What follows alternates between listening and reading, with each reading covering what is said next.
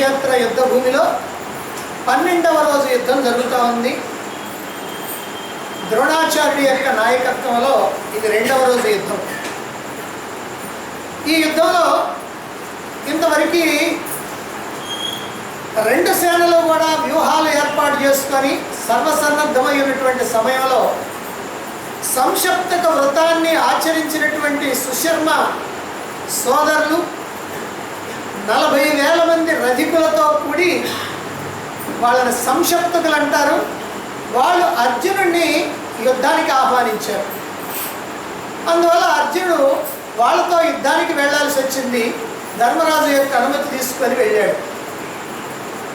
ఇక్కడేమో ధర్మరాజుకి రక్షణగా, అంటే ద్రోణాచార్యుడు పట్టకుండా ఉండటం కోసమని రక్షణగా సాత్యకి భీములకి తెలియజెప్పి ప్రత్యేకంగా ధర్మరాజు ప్రక్కనే ఎల్లప్పుడూ కూడా ఉండేటట్టుగా పాంచాల రాజు అయినటువంటి ద్రౌపదుడి యొక్క సోదరుడు సత్యజిత్తుని ఉంచి, నీ ప్రాణం ఉన్నంత వరకు కూడా ధర్మరాజుని వదిలిపెట్టకుండా ఉండాలి అని చెప్పి ఆయన వెళ్ళిపోయాడు. అక్కడ సంక్షప్తకులతో ఘోరమైనటువంటి యుద్ధం జరిగింది, భయంకరమైనటువంటి యుద్ధం జరిగింది. అర్జునుడేమో ఒకే ఒక్క రథంతో ఒక్కడే వెళ్ళాడు. వాళ్ళేమో 40,000 మంది రథికులతో కూడినటువంటి సంక్షప్తకులు, 10,000 మంది నారాయణ గోపాలులు, వీళ్ళుగాక చతురంగ బలాలు మొత్తం కూడా అర్జునుడి చుట్టుముట్టి. సరే, అక్కడ తీవ్రమైనటువంటి యుద్ధం చేస్తూ అక్కడ యుద్ధం జరుగుతూ ఉన్నటువంటి సమయంలోనే మరి ఇక్కడ ప్రధానమైనటువంటి యుద్ధ భూమిలో ఈ 2 సేనల మధ్య, కురుపాండవ సేనల మధ్య యుద్ధం ప్రారంభమైంది. ఇక్కడ ద్రోణుడు తన యొక్క సేనతో ధర్మరాజు మీద దాడి చేశాడు. పాండవ సేనలో ఉన్నటువంటి వీరులందరూ కూడా వాళ్ళని ఎదిరించి భీకరమైనటువంటి యుద్ధం సాగించారు. దుష్టజుమ్నుడేమో ద్రోణుడిని ఎదిరించి తీవ్రమైనటువంటి యుద్ధం చేస్తుంటే ద్రోణుడికి సాయంగా దుర్యోధనుడి సోదరుడైనటువంటి దుర్ముఖుడు వచ్చాడు. దుష్టజుమ్నుడికి దుర్ముఖుడికి యుద్ధం జరుగుతూ ఉంటే ఇదే సమయమని ద్రోణాచార్యుడు అక్కడి నుంచి వెళ్ళి ధర్మరాజు మీదకి వెళ్ళాలనుకున్నాడు. అలా ఎప్పుడైతే వెళ్ళటం ప్రారంభమైందో ధర్మరాజు మీద తీవ్రమైనటువంటి పరాక్రమంతో ఎలాగైనా సరే ఈ రోజున ధర్మరాజుని పట్టి బంధించాలనేటువంటి ఆలోచనతో తన సర్వశక్తులు ధారపోసి ఎలాగైనా సరే ఇలా విజయం సాధించాలనుకున్నాడు ద్రోణాచార్యుడు. ఎందుకనంటే నిన్న సాధ్యం కాలేదు కాబట్టి, అది తనకు అవమానం కాబట్టి.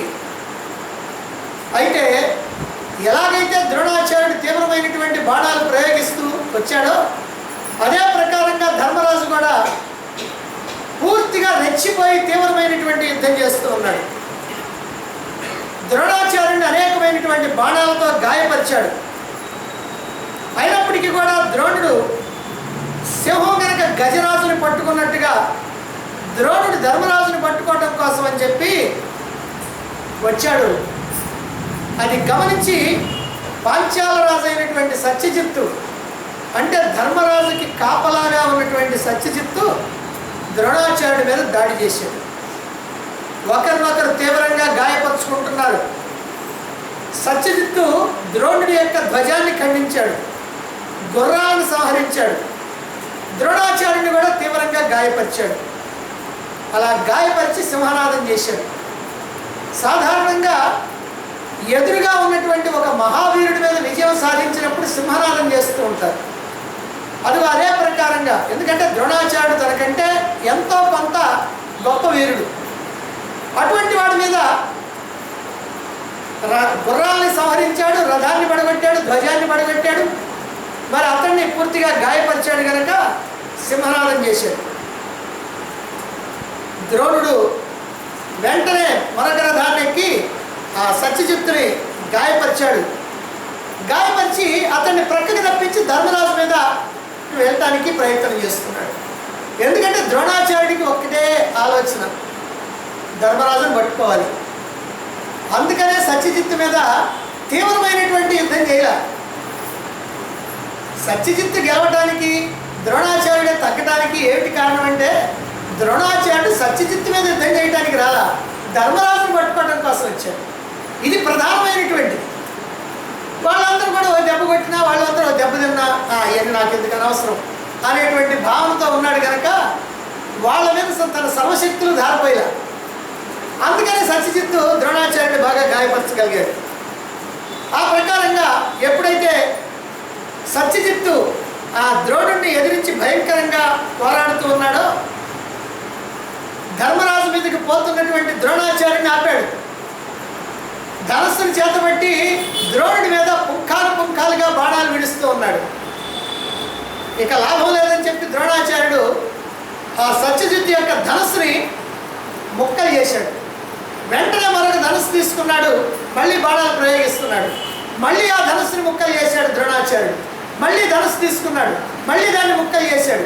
ఈ ప్రకారంగా అతడు ధనుస్సు తీసుకోవటము, ఈయన ముక్కలు చేయటము, ఈ ప్రకారంగా చేసి వెంటనే ధర్మరాజు మీదకి రావాలి అని అనుకున్నాడు.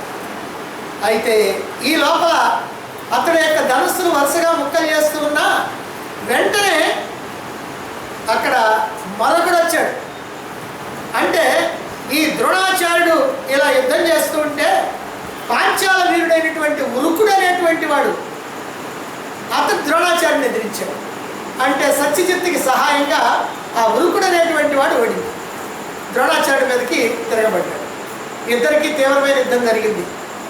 ద్రోణాచార్యుడు మనసులో అనుకుంటున్నాడు, ఈ రకంగా ప్రతివాడు వచ్చి నా మీదకి వస్తే నేను ధర్మరాజుని పట్టుకునేది ఎప్పుడు అని వెంటనే ఆ ఉరుకుడితోటి కొద్దిసేపు యుద్ధం అయిపోయిన తర్వాత తీవ్రమైనటువంటి ఒక బల్లం తోటి అతని యొక్క శిరస్సుని ఖండించాడు. ఆ తర్వాత మళ్ళీ సత్యజిత్తు ద్రోణాచార్యుడు ఎదిరించడం ప్రారంభించాడు.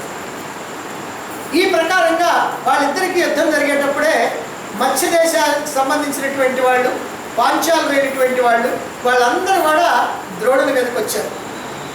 ఆ తర్వాత ద్రోణుడు తనని ఎదిరించినటువంటి విరాటుడి యొక్క సోదరుడు, విరాట మహారాజుకు సోదరుడు ఉన్నాడు శతానీకుడు.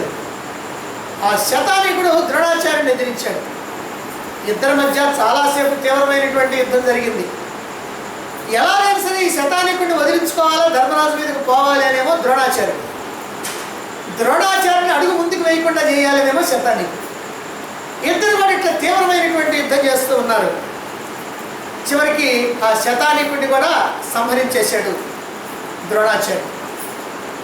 ఆ తర్వాత మత్స్య, చేది, కరుష, కేకయ, పాంచాలుడు అందరూ ఒక్కసారిగా ద్రోణాచార్యుడి మీదకి వచ్చారు. వాళ్ళందరినీ కూడా తీవ్రమైనటువంటి బాణాలతో వీర విహారం చేస్తున్నాడు ద్రోణాచార్యుడు. ఇలా అందరూ చుట్టుముట్టేటప్పటికల్లా వీళ్ళందరినీ తప్పించుకొని పోవటం వీలు కాదు.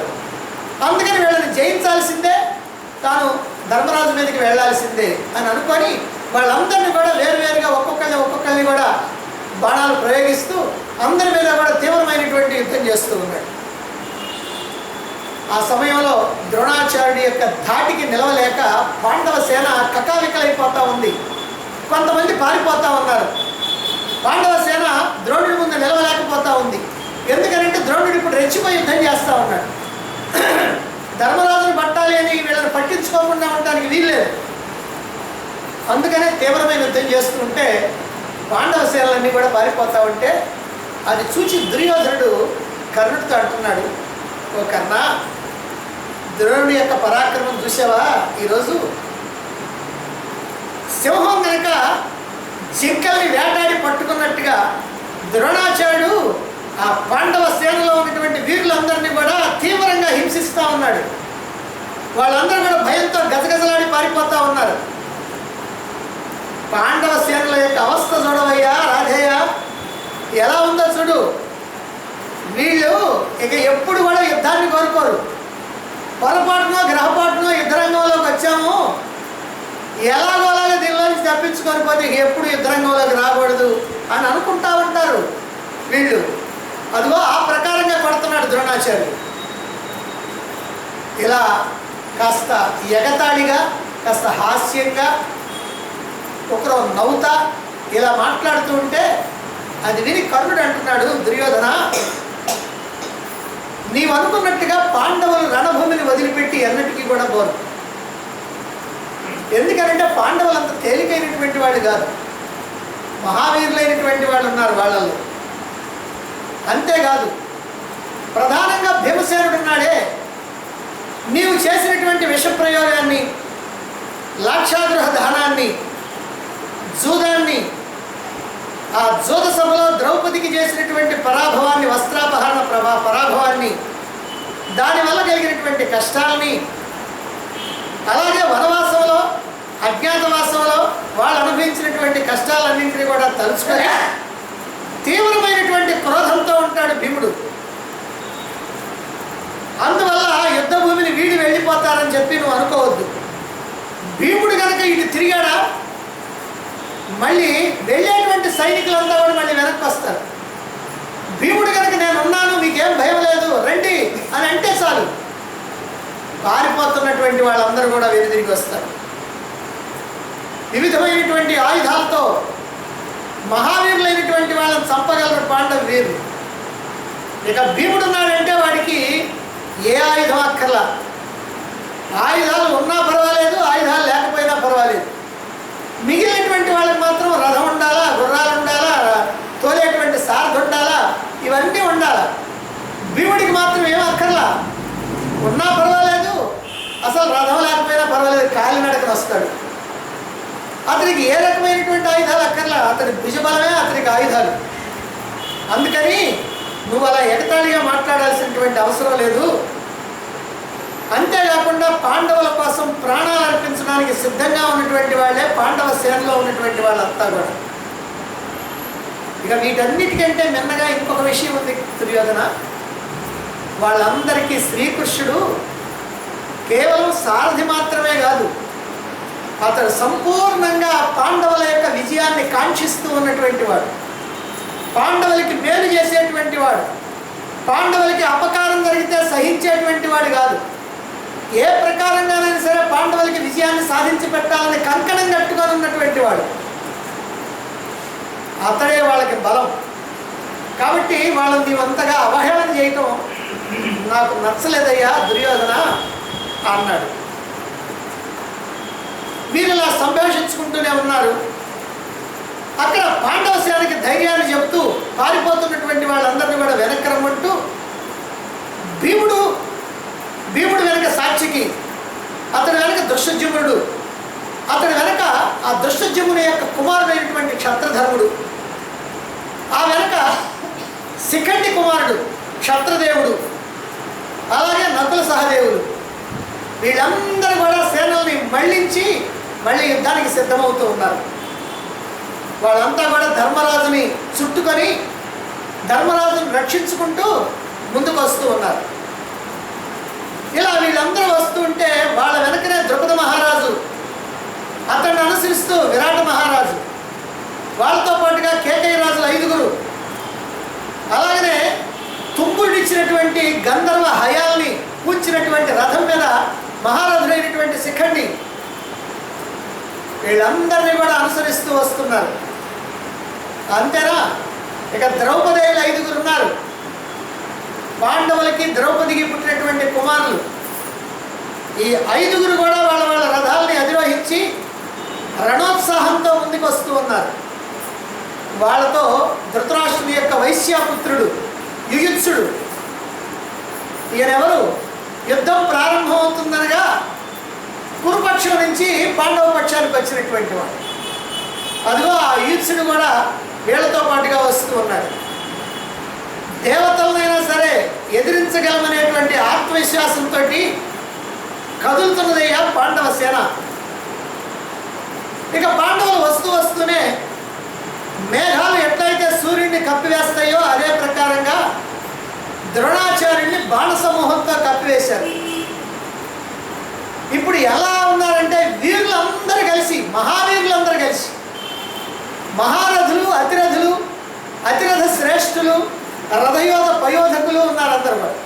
వీళ్ళందరూ కలిసి ద్రోణాచార్యుడి మీద ఒక గొప్ప శరవర్షం కురిపించారు.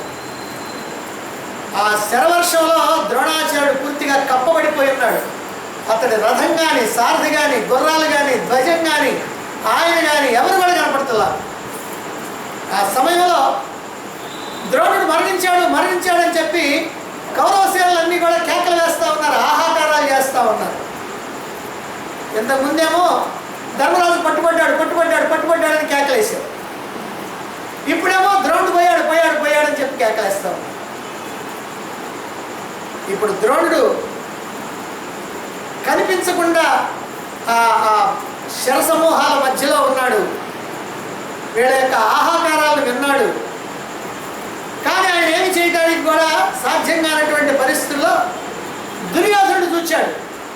ఎందుకంటే ఇప్పుడు దుర్యోధనుడు ద్రోణాచార్యుడి యొక్క గొప్ప పరాక్రమాన్ని ప్రశంసిస్తూ కర్ణుడితో ఎగతాళిగా మాట్లాడాడు కదా. ఆయన మాట్లాడిన ఒక క్షణంలోనే పరిస్థితి అంతా మారిపోయింది. ఏ ద్రోణుడికి భయపడిపోయి పాండవ సేనలన్నీ చెల్లాచెదరైపోతున్నాయని అన్నాడో, వెంటనే పాండవ సేనలన్నీ కూడా ద్రోణాచార్యుని కప్పేస్తే ద్రోణాచార్యుడు బ్రతుకున్నాడో లేదా చచ్చిపోయాడో తెలియదని చెప్పి ద్రోణుడు మరణించాడని తన సేనలే కేక వేస్తూ ఉండేటప్పటికల్లా ఒక ఏనుగునెక్కి దుర్యోధనుడు యుద్ధరంగంలోకి వచ్చాడు. ఎప్పుడైతే దుర్యోధనుడు వస్తున్నాడో ఆ దుర్యోధనుడు తమ్ముడైనటువంటి దుర్మర్షనుడు అతడు ఎలాగైనా సరే ఈ రోజున ధర్మరాజును సంహరించాలి, పాండవుల్ని సంహరించాలి, అసలు వీళ్ళందరికంటే ముందు భీముడిని సంహరించాలి అనేటువంటి ఆలోచనతో అతడు ముందుకు వచ్చాడు. ఇప్పుడు భీముడికి దుర్మర్షుడికి మధ్య భయంకరమైనటువంటి యుద్ధం సాగుతూ ఉంది. సాత్వికేమో ద్రోణాచార్యుడి మీదకి వస్తున్నాడు. ద్రోణాచార్యుడి మీదకి వస్తున్నటువంటి సాత్వికని కృతవర్మ ఎదిరించాడు. అప్పుడు కృతవర్మకి సాత్విక్కి యుద్ధం జరుగుతూ ఉంది. ద్రోణాచార్యుడు అక్కడి నుంచి తప్పుకున్నాడు. సైంధవుడేమో క్షత్రధర్ముడితో యుద్ధం చేస్తున్నాడు. ధర్మరాజు ఏమో శల్యుడిని ఎదిరించాడు. ధర్మరాజుకి శల్యుడికి ఏమిటయ్యా, నిజంగా చాలా తేడా ఉంది. శల్యుడు మహావీరుడు, ధర్మరాజు కన్నా 2 రెట్లు వీరుడు. అయినప్పటికీ కూడా ధర్మరాజు శల్యుడిని ఎదిరించాడు. మొట్టమొదటి రోజున యుద్ధానికి ప్రారంభంలో వంతులు వేసుకున్నారు. అంటే కౌరవ సేనలో ఉన్నటువంటి ఎవరెవరు చంపాలని. ఆ వంతుల్లో శల్యుడిని ధర్మరాజు వంతుగా వేశాడు శ్రీకృష్ణుడు. అమ్మో, ఇది అన్యాయం అండి, శల్యుడు ఎక్కడా, ధర్మరాజు ఎక్కడా, ధర్మరాజు ఏం చంపుతాడు శల్యుడిని అని అనుకుంటే శ్రీకృష్ణుడు చెప్పాడు, అంతే, ధర్మరాజే చంపుతాడు శల్యుడిని. మరి ఆ ధైర్యంతో ఏమో ఇప్పుడు శల్యుడి మీదకి ధర్మరాజు స్వయంగా వచ్చాడు. శల్యుడి యొక్క రావటంతో శల్యుడి యొక్క ధ్వజాన్ని ఖండించాడు. ఆ ధ్వజం కాస్త పడిపోయింది. ధ్వజం కనుక పడిపోతే అతడికేం కాదు కానీ, రధికుడికి ఏం కాదు కానీ అది అవమానం. అందుకని ముందుగా ధ్వజాన్ని పడేశాడు. ఆ తర్వాత శల్యుడి చేత పెట్టినటువంటి ధనస్సును 2 ముక్కలు చేశాడు ధర్మరాజు. 2 క్షురాలతోటి ఆ ధర్మరాజు ఆ శల్యుడు వేసినటువంటి బాణాలని ఖండించాడు. అది చూచి వీరులంతా కూడా బడి అంటున్నారు, ఎందుకంటే ధర్మరాజు ఇంత బ్రహ్మాండంగా యుద్ధం చేస్తున్నాడే అని. ఈ విధంగా పాండవ సేనలో ఉన్నటువంటి వీరులంతా కూడా విజృంభించి కౌరవ సేనా సమూహాన్ని చీల్చి చెండాడుతూ ఉన్నారు. ఎందుకంటే ఇంతకుముందు ద్రోణుడి యొక్క పరాక్రమానికి భయపడి పారిపోయేటువంటి స్థితిలో ఇప్పుడు ధైర్యం వచ్చింది. ఎందుకంటే మహావీరులంతా కూడా నిలబడ్డారు ధైర్యంగా. అందుకని వీళ్ళంతా కూడా సైనికులంతా కూడా వచ్చేసారు. ఇప్పుడు కౌరవ సేనా సమూహాన్ని చీల్చి చెండాడుతూ ఉన్నారు. వీరుల మధ్య ద్వంద్వ యుద్ధాలు ప్రారంభమైనవి. ఈ యుద్ధంలో రథాలు, ఏనుగులు, గుర్రాలు, కాల్బలం వందల కొద్దీ, వేల కొద్దీ నేల కూలిపోతూ ఉన్నాయి. శవాల గుట్టలు ఏర్పడుతూ ఉన్నాయి. ఆ ప్రదేశం అంతా కూడా వీరుల యొక్క శిరస్సులతోటి, శరీర భాగాలైనటువంటి చేతులు, కాళ్ళు, రకరకాలైనటువంటి భాగాలతోటి, అలాగే ఏనుగుల గుట్టలతోటి ఇలా నిండిపోయింది. భీముడు మహదానందంతో తీవ్రమైనటువంటి దాడి చేస్తూ దుర్యోధనుడు ఎక్కి వచ్చినటువంటి ఆ గజాన్ని తన యొక్క బాణాలతో తీవ్రంగా బాధించాడు. మహదానందంతో గజసేన మొత్తాన్ని చీల్చి చెండాడుతూ ఉన్నాడు భీముడు. దుర్యోధనుడు ఏనుగులు ఎక్కి రావటం కాదు, ఏనుగుల యొక్క సేనను తీసుకొని వచ్చాడు. యుద్ధంలో ఎక్కడైనా సరే ఏనుగులే మహాభయంకరమైనటువంటి శత్రువుల్ని చీల్చి చెండాలాడాలంటే ఏనుగులే పెద్ద బలమైనటువంటి. అయితే ఇక్కడ భీముడికి ఏమిటంటే మనుషుల్ని చంపిన దానికన్నా ఏనుగుల్ని చంపడం అంటే ఆయనకి మహా సరదాగా ఉంటుంది. ఏనుగుల్ని చంపడం అంటే అతనికి పూనకం వచ్చినట్టుగా ఉంటుంది, ఒళ్ళు పొంగిపోతూ ఉంటుంది. అందుకని ఆనందంతో రథాన్ని దిగి ఆ ఏనుగులతో పూర్తిగా ముష్టిఘాతాలతో పోరాడుతూ ఉంటాడు. అంతేకాదు, ఒక ఏనుగుని చేతికి చిక్కితే ఆ ఏనుగుని విసిరి కొట్టి ఇంకొక ఏనుగు మీద పడేస్తాడు. అట్లా ఒక్కొక్క ఏనుగుని అలా ఏనుగులతోటే ఏనుగులు పడుతూ ఉంటాడు. మదజలాన్ని స్రవించేటువంటి ఏనుగులు, ఏనుగుని ఏమంటారంటే మత్తేభం అంటారు. ఇభం అంటే ఏనుగు, మత్తేభం అంటే మదపుటి ఏనుగని. యుద్ధరంగంలో ఉండేటువంటి ఏనుగులన్నీ మదపుటి ఏనుగులే, సర్కస్లో ఏనుగులు ఉండవు. సర్కస్లో ఏనుగులన్నీ ఎట్టాటి అంటే చచ్చినటువంటి శవాలంటే ఏం చెప్తే చేస్తూ ఉంటాయి. ఎందుకంటే వాటి పొగరంతా అడుస్తారు, కానీ వీటి పొగరంతా బాగా ఉంటుంది. మదజలం అని అంటే వాటి చెవుల నుంచి, మీరు చూసే ఉంటారు ఏనుగులకి చెవుల నుంచి నీరు గారుతూ ఉంటుంది. అది మదజలం. ఆ నీరు ఎంత గారితే అది అంత మదపుటేనుగు అనమాట. అది లెక్క. అందుకని మదజలం గార్చుకుంటా ఉన్నటువంటి మదపుటేనుగులన్నీ కూడా మదమడిగిపోయి పారిపోతూ ఉన్నాయి భీముడి యొక్క దెబ్బకి. ఎందుకంటే ముందున్నట్టుగా పెట్టేస్తా ఉంటే అవన్నీ పడిపోతా ఉండేప్పటికీ అనుకున్నాయి, భయపడిపోతాం. ఆ ఏనుగులన్నింటినీ కూడా భీముడు కొడతా ఉంటే ఎట్లుందంటే ఒకదాన్ని కుట్టి మొత్తాన్ని కలిపి కింద పడేసినట్టుగా ఉంది. అది ఆ ప్రకారంగా ఉన్న ఏనుగులన్నీ కూడా ఇలా అతుక్కుపోయి పడిపోతా ఉన్నాయి. దాంతో క్రుద్ధుడైనటువంటి దుర్యోధనుడు భీముడిని పదులైనటువంటి బాణాలతో గాయపరుస్తూ ఉన్నాడు. భీముడేమో దుర్యోధనుడి శరీరం అంతా కూడా బాణాలతో నింపుతూ ఉన్నాడు. ఇక భీముడి చేత బాగా పీడించబడుతున్నటువంటి దుర్యోధనుడిని ఆ సమీపంలో ఉన్నటువంటి అంగుడు అనేటువంటి రాజు చూశాడు. అయ్యో, దుర్యోధనుడు భీముడి చేతిలో దెబ్బతింటున్నాడే అనుకున్నాడు. అందుకని వెంటనే ఏనుగునెక్కి అతడు కూడా భీముడిని ఎదిరించాడు. భీముడు ఒక్క క్షణంలో ఆ ఏనుగుని మరొక బల్లంతో ఆ అంగుడి యొక్క శిరస్సుని ఖండించాడు. దాంతో వాడు కాస్త నేల కూలిపోయాడు. సేన అంతా కూడా ఇక పారిపోతా ఉంది, దుర్యోధనుడి సేన. ఇంతకు ముందేమో పాండవ సేన పారిపోతా ఉంటే ఎగతాళి చేశాడు దుర్యోధనుడు. ఇప్పుడు దుర్యోధనుడి సేన భీముడి యొక్క దెబ్బకి తాళలేక ఆ ఏనుగులన్నీ కూడా మరణిస్తూ ఉంటే అవి కొన్ని పారిపోతూ ఉంటే ఇక లాభం లేదనుకొని అతను కూడా పారిపోతూ ఉన్నాడు. అయితే చూశాడు భగదత్తుడి యొక్క విషయం నిన్న కొంత చెప్పుకున్నాం. ఇతడు మహావీరుడు, చాలా గొప్ప వీరుడు. కాకపోతే ఏమిటారంటే కళ్ళు సరిగ్గా కనపడదు. ఎందుకనంటే అతనికి బాగా వృద్ధాప్యం వచ్చింది. ఆ వృద్ధాప్యం వల్ల కళ్ళు కనపడదు.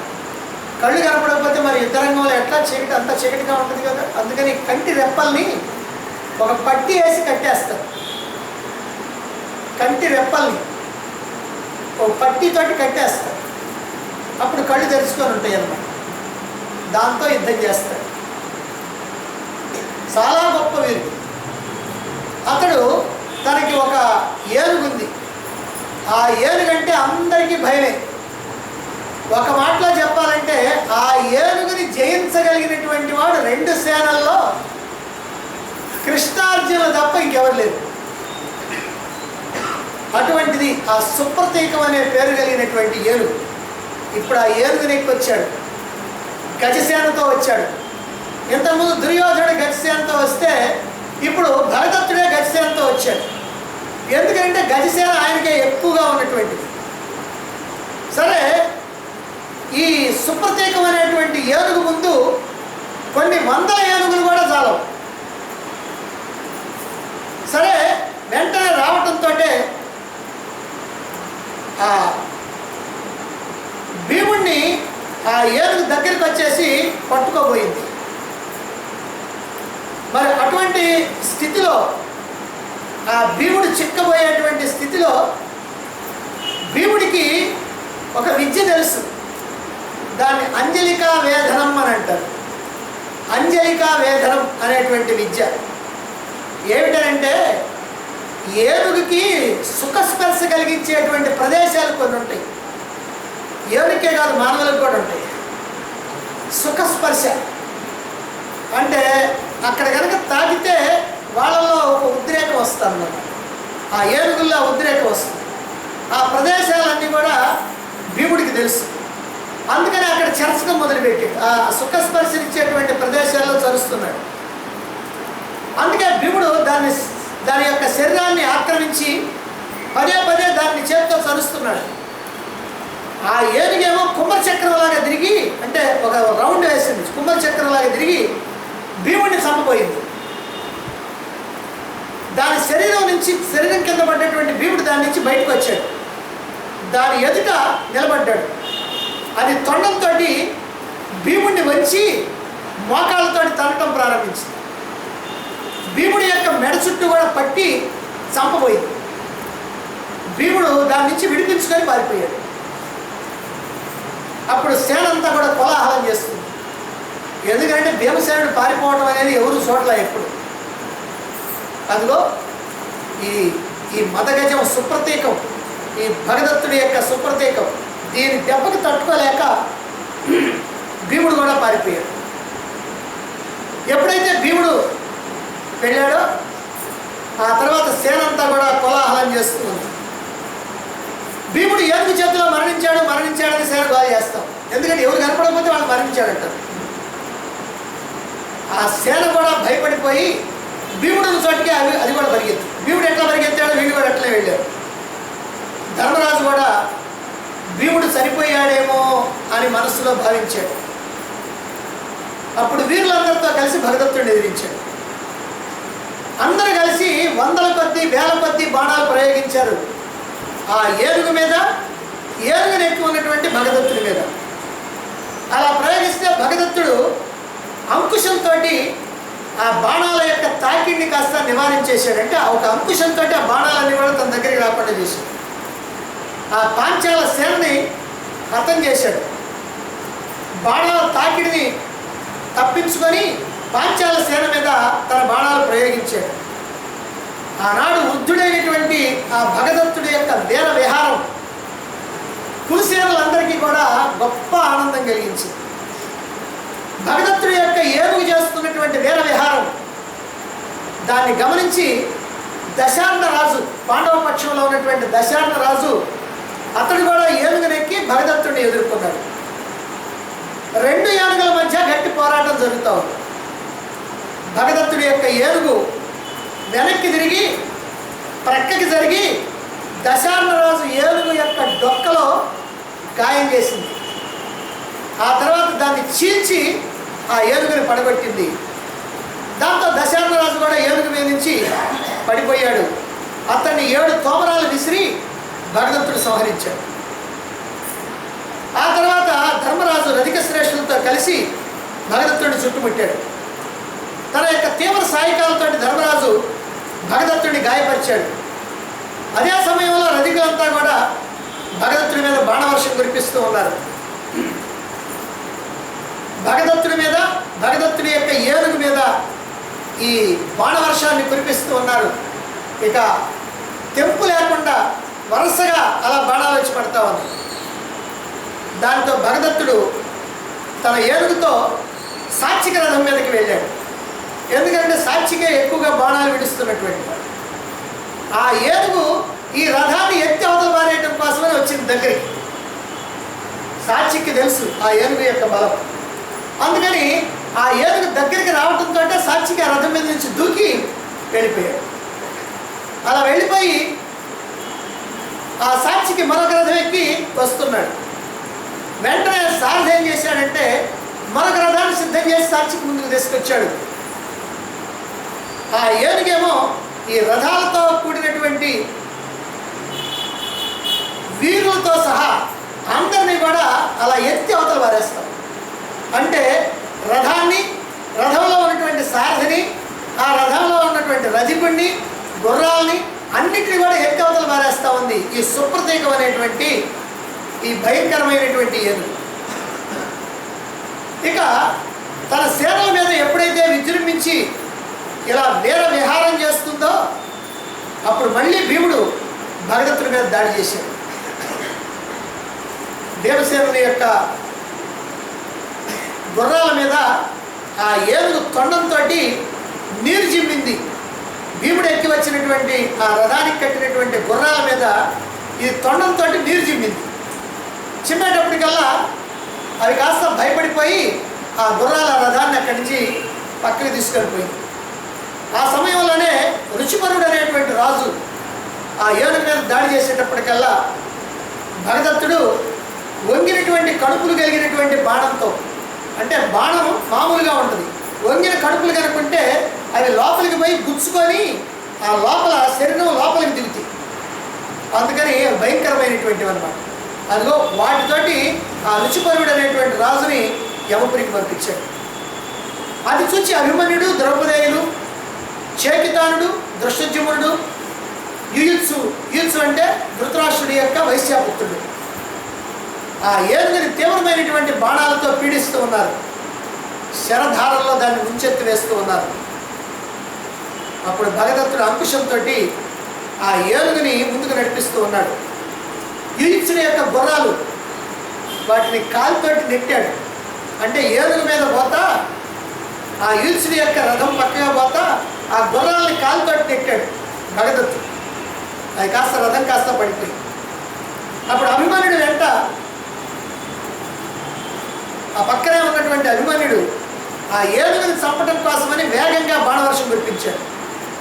భగదత్తుడు కూడా సాత్విక మీద అందరి మీద కూడా బాణాలు వదులుతున్నాడు. ఆ బాణాలతో గాయపడ్డటువంటి ఆ ఏనుగు కుడి ఎడమలుగా శత్రువుల్ని ఎత్తెత్తి విసరగొడతా ఉంది. అందుకే గాయపడ్డ తర్వాత కూడా ఆ ఏనుగు భయంకరంగా ప్రవర్తిస్తూనే ఉంది. భగదత్తుడు పాండవ సేనలోకి చొచ్చుకుపోతున్నాడు. ఏనుగు యొక్క ఘీంకారాల ధ్వని దూరంగా ఉన్నటువంటి అర్జునుడికి వినపడుతుంది. దాంతో కృష్ణుడితో అంటున్నాడు అర్జునుడు, ఓ మధుసూదన, భగదత్తుడు ఏనుగునెక్కి యుద్ధభూమికి వచ్చి ఉంటాడు. ఈ కలకలం అంతా కూడా, ఈ ఆహాకారాలన్నీ కూడా ఆ భగదత్తుడి యొక్క ఏనుగు కారణంగా వచ్చినటువంటివి అయి ఉంటాయి. అతడి యొక్క ఏనుగు సామాన్యమైనటువంటి ఏనుగు కాదు, అది 100 ఏనుగులతో సమానమైనటువంటిది. దానికి యుద్ధరంగంలో ఎదురు లేదు, దానికి ఎదురు నిలవగలిగినటువంటి వాడు కూడా ఎవరు లేరు. ఏ అస్త్రశస్త్రాలను కూడా అది లెక్క చేయదు, ఏ ఆయుధాలకి అది లొంగదు. మరి దాన్ని ఎదిరించాలంటే మనం ఇద్దరం తప్ప మరొకరు ఎవరికి కూడా సాధ్యం కాదు. అందుకని వెంటనే మన రథాన్ని అక్కడికి నడుపు అన్నాడు. అనటంతో రథాన్ని అక్కడికి నడుపుతున్నాడు వాసుదేవుడు. మరి అయితే రథాన్ని నడపడానికి సిద్ధమై బయలుదేరారు. కానీ తర్వాత ఏం జరిగింది అనేటువంటి విషయాన్ని మనం రేపు చెప్పుకుంటాం.